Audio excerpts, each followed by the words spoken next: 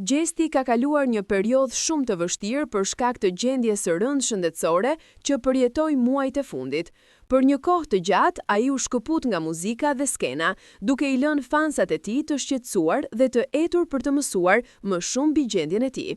Mungesa e tij u ndje fort, sidomos sepse Gjesti ka qenë gjithmonë i pranishëm me projekte dhe energji në industrinë muzikore shqiptare. Pas shumë kontrolleve mjekësore dhe trajtimesh, artisti më në fund ka zbuluar se gjendja e tij shëndetësore lidhej me një problem të quajtur migrena. Ky zbulim ishte një lehtësim i madh për të, sepse i dha mundësinë të kuptonte arsyeën e saktë të gjendjes së tij të rënduar. Tani ai ndodhet nën kujdesin e specialistëve, duke marrë trajtimet e nevojshme për ta mbajtur situatën nën kontroll.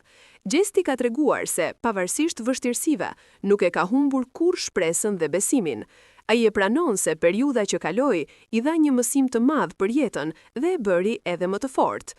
Në një intervistë të fundit, ai u shpreh se muzika është kurimi më i mirë shpirtëror për të dhe se nuk ka ndërmend të dorëzohet, pavarësisht sfidave. Me një energji të re dhe me një vullnet të fortë, Gjesti është gati të rikthehet fuqishëm në muzikë. Ai po përgatit projekte të reja që pritet të publikohen së shpejti, duke i dhënë një tjetër dimension karrierës së tij.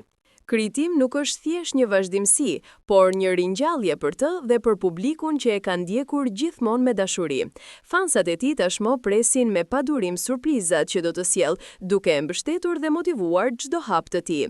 Historia e Gjestit është një shembull i fortë se si pas çdo periudhe të errët mund të vijë një dritë e re, dhe muzika për të mbetet ajo dritë që nuk shuhet kurrë.